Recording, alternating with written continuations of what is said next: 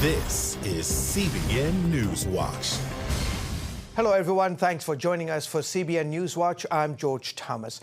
Mississippi now has one of the strictest laws regulating abortion in the nation.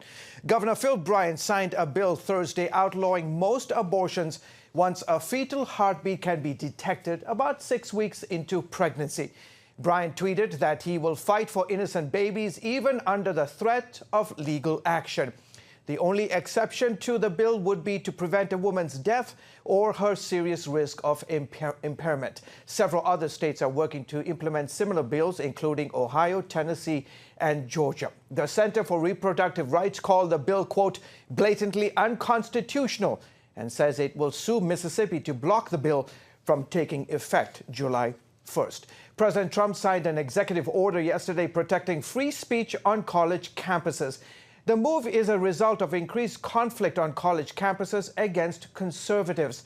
The order directs federal agencies to ensure that any college or university receiving research grants agrees to promote free speech and the exchange of ideas, and to allow federal rules guiding free expression. Under the order, colleges would need to agree to protect free speech in order to tap into more than $35 billion a year in research and educational grants. Many colleges have firmly opposed the idea of an executive order. I think the motivation for this executive order appears to be anyway, more a matter of sort of making a public statement, indicating his support for conservatives who are worried about free speech on campus, as opposed to taking any real focused action on the subject. Some college leaders have said they worry the order could backfire. Vice President Mike Pence's visit to Atlanta on Thursday included a stop at the Immigration and Custom Enforcement's field office and a conversation about the broader mission of border security. Pence blasted Atlanta's mayor over her decision last year to bar the city jail from holding federal immigration detainees, and thanked the men and women who work for ICE. I don't have to tell any of the ICE agents gathered here that we have a crisis on our southern border. But that crisis on our southern border is driving drugs and crime and human trafficking here in the streets of Atlanta. You face it and you confront it every day. And you face it oftentimes without regard to your personal safety. You enforce our laws and you make the streets of Atlanta, the streets of Georgia, safer. And you have our thanks. His visit to that area comes amid President Trump's declaring a national emergency at the border, a move Congress tried to block last week. Trump has vetoed Congress's move. By the way, the Secretary of State, Mike Pompeo, is traveling through the Middle East. You can catch more of his exclusive coverage with our colleague David Brody. You can find it right here on the CBN News channel on Faith Nation tonight. In other news, federal forecasters say 200 million Americans are at risk for major flooding in their communities this spring. They're especially warning the eastern two-thirds of the country. The dire forecast comes as the upper Midwest faces deadly flooding all this week. My colleague Heather Sells has the story. The National Weather Service says this spring could bring potentially historic and unprecedented flooding. Already, the upper Midwest is battling rising waters. On Thursday, the governor of Missouri declared a state of emergency, noting widespread flooding that is closing roads and threatening levees. In small towns like Craig, people are evacuating. Oh, I'm very grateful that they opened the church, because I didn't know where I was going. The Missouri River crested its banks after heavy rains and snowmelt earlier this month. The waters have killed 3, damaged thousands of homes, and busted some 20 levees in Missouri, Nebraska, and Iowa. This is a very fragile situation as we talk about the ground being very saturated. We have 2 to 10 inches of liquid within the snowpack over the northern tier of states. So you melt that off, you have some more rain on top of that, you're going to see additional rises, and this is going to be a long process. The flooding is also a disaster for agriculture, wiping out tens of thousands of acres. In eastern Nebraska, the National Guard dropped hail bays to stranded cattle. Operation Blessing is setting up in Fremont, Nebraska. The governor says that thousands have lost their homes. Oftentimes they're very surprised that somebody would come from across the country to help them, a stranger helping a stranger. And so we've seen a lot of emotions that are coming out as a result of not just the initial disaster, but the fact that somebody is coming to help them. Out west, heavy winter rains and warm weather is causing early snowmelt and runoff. Authorities are increasing the flow out of some dams to avoid flooding. Forecasters say the historic flooding could get worse as floodwaters in the upper Midwest head downstream. Heather Sells, CBN News. Thank you, Heather. From the Midwest, we traveled 9,000 miles to the East African nation of Mozambique, where people there continue to desperately wait for aid in the aftermath of the deadly flooding caused by a major cyclone. Officials say the number of deaths caused by the floods in Mozambique could exceed 1,000 people. Hundreds of people were seen arriving on rescue boats on Thursday. Experts will arrive in the area in the coming days. Sanitation, as you can imagine, is a huge concern. Folks there are trying to set up equipment and produce clean water for tens of thousands of people. Relief organizations are also trying to address the massive need for shelter.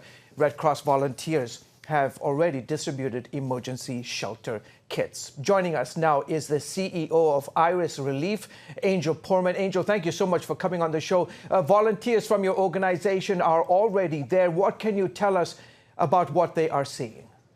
Thank you, George. First of all, I just want to say that we are so saddened right now at the magnitude as we continue to get new assessments and to see really the devastation that's happening, not only in Mozambique, but the surrounding nations.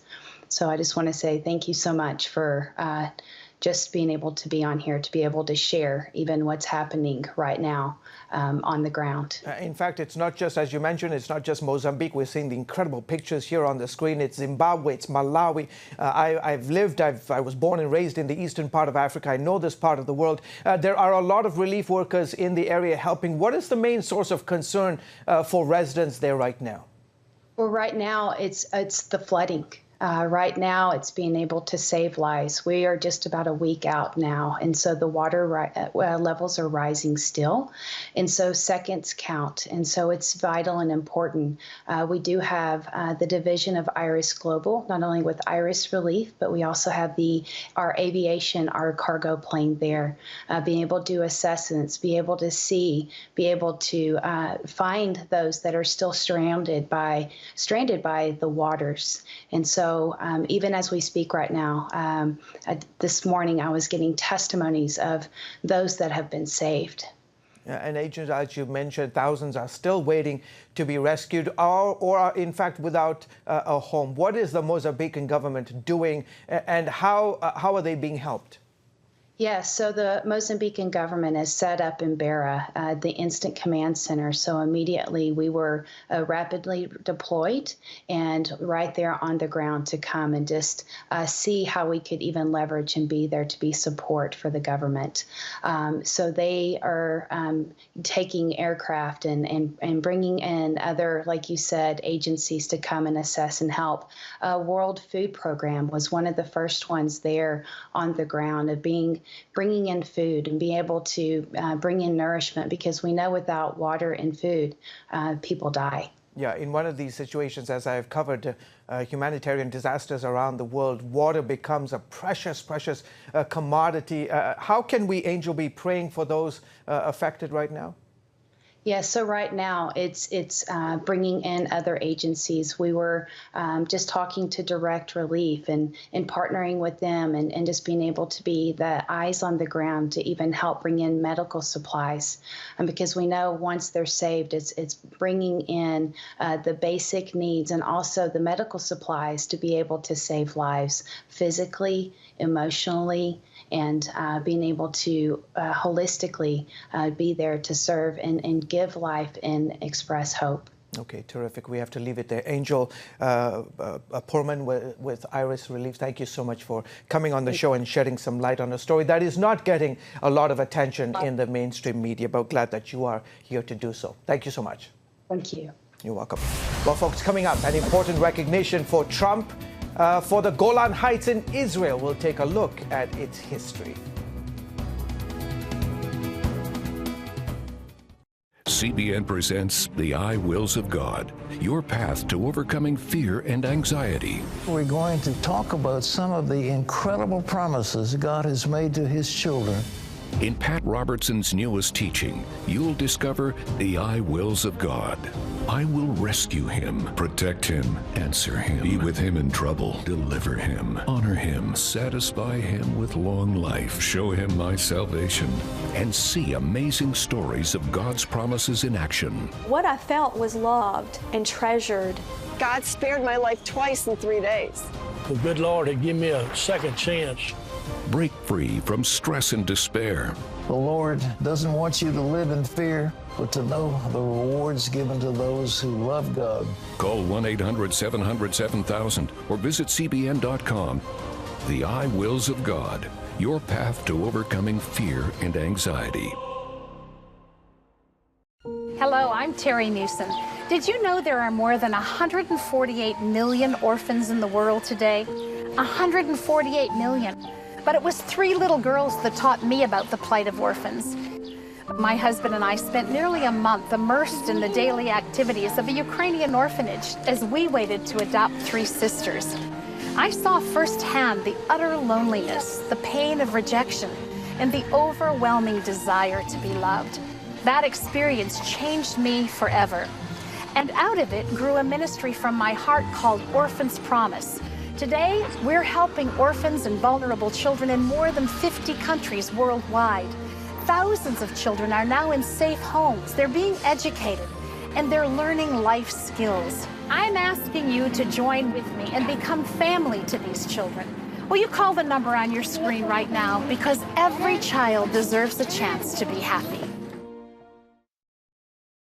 Welcome back to the CBN News Channel. Overseas, Israel's Prime Minister Benjamin Netanyahu is celebrating President Trump's decision to recognize the Golan Heights as part of Israel. Trump's surprise tweet came near the end of Secretary of State Mike Pompeo's visit to the Holy Land. Netanyahu said recognizing Israel's sovereignty on the Golan was as important as Trump moving the U.S. embassy to Jerusalem and pulling out of the Iranian nuclear deal. Iran is trying to use Syria as a platform to attack and destroy Israel. And the message that President Trump has given the world is that America stands by Israel. With Israeli elections less than 3 weeks away, recognizing the Golan Heights will likely boost Netanyahu's bid for re-election. But Trump said his decision was a long time coming and wasn't necessarily about Netanyahu and Israeli elections.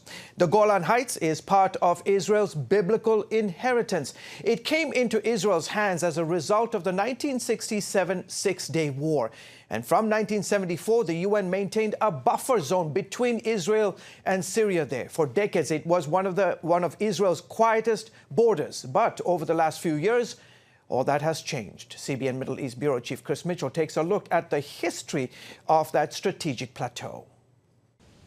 Whoever sits on the Golan Heights totally dominates this whole region. That's in part because of the proximity to the Sea of Galilee. The Golan Heights shares borders with Jordan, Syria, and Lebanon, and Damascus is only 40 miles away. For decades, Syria controlled the Golan Heights. Here on the high ground overlooking the Sea of Galilee, Syrian artillery and snipers shot and shelled Israelis below. Children grew up running to bomb shelters, and residents lived under the constant threat of attack. So all along the line of this cliff were Syrian bunkers and military posts and cannons and artilleries. The communities beneath the Golan Heights were totally at the mercies of the Syrians. Overlooking the Sea of Galilee, Middle East expert Avi Melamed told me why this ground is so important.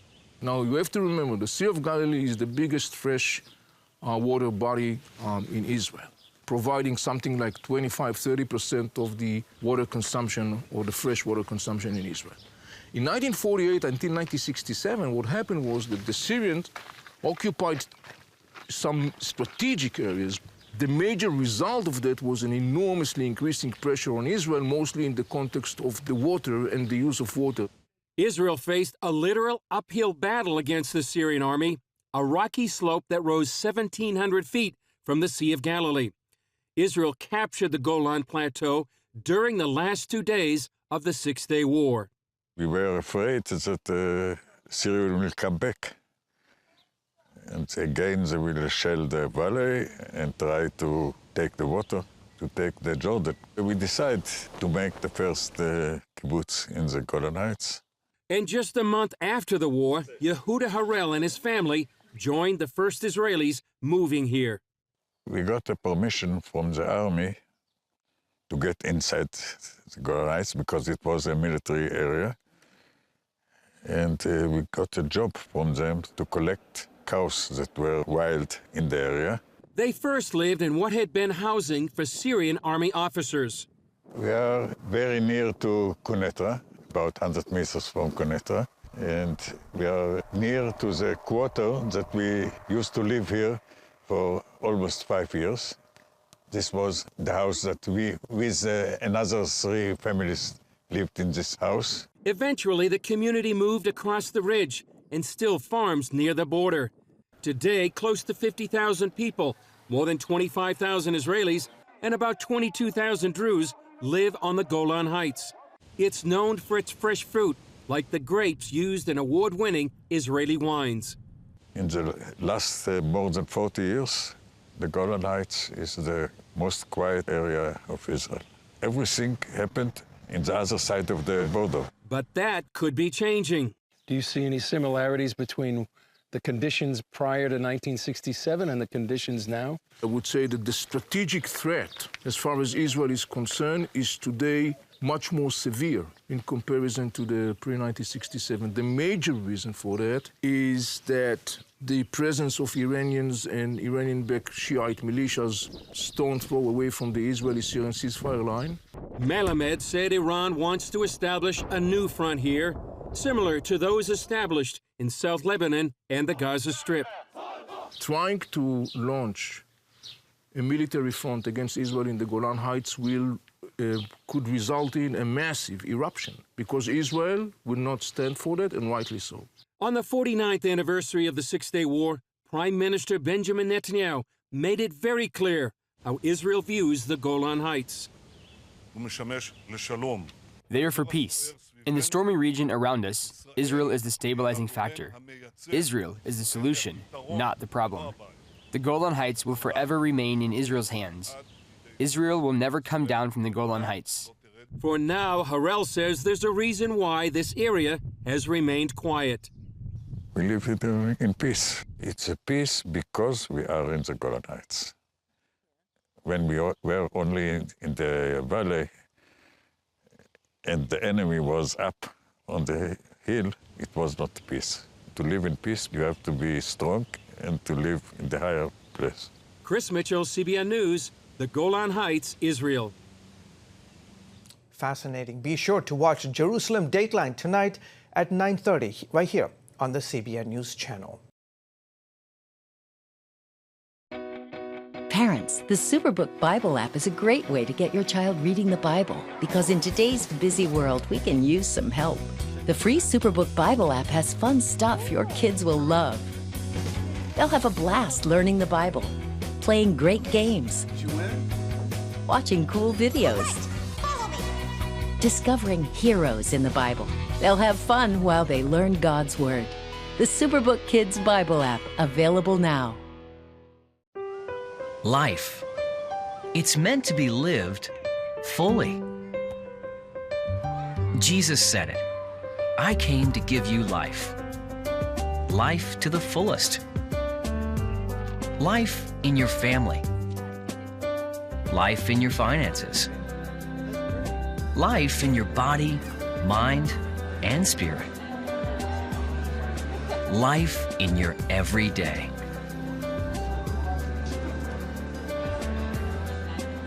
At CBN.com, we're taking what Jesus said seriously. We're here to help you discover life. Life. Live it fully. CBN.com.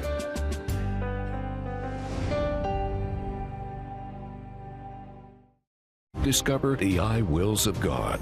I will rescue him, protect him, answer him, be with him in trouble, deliver him, honor him, satisfy him with long life, show him my salvation. What I felt was loved and treasured. God spared my life twice in 3 days. The good Lord had given me a second chance. Call 1-800-700-7000 or visit CBN.com. The I Wills of God, the latest teaching from Pat Robertson. Welcome back. CBN's Jessica Chaco and Dan Andros have our top trending stories from faithwire.com. Well, This Is Us star Chrissy Metz opens up about her new film Breakthrough and her faith. Well, here to tell us more about it, managing editor of faithwire.com, Dan Andros. Dan, the movie Breakthrough is about miracles, but we're hearing Chrissy didn't need the film to convince her that miracles happen. Tell us about it.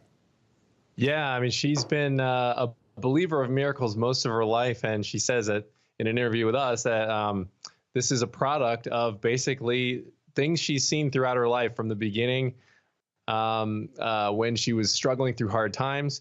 She said she was always looking for a foundation, and when her parents divorced at a young age when she was a teenager, she just found herself being drawn to church, and she would go to church alone by herself as a teenager when nobody else would go with her. And she said she realized that this, didn't make her cool or really help her social standing in any way, but she just felt so drawn to it, and she continued to do it.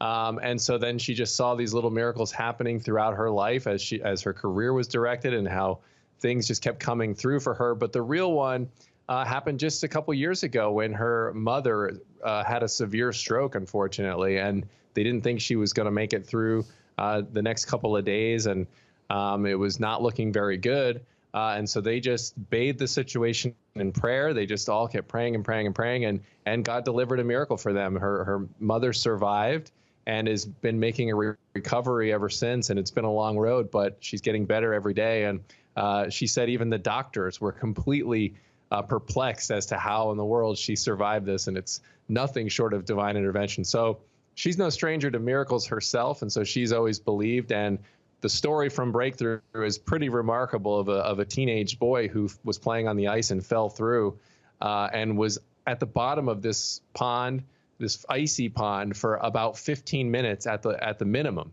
and didn't have a heartbeat in the hospital for about an hour. And through, again, a similar situation, through just really fervent prayer and God's grace, he survived. So she's no stranger to miracles, and she's no stranger to talking about her faith. And it's great to see a star of her stature unafraid to speak about her faith. Well, record flooding in Nebraska left countless families homeless and entire communities submerged.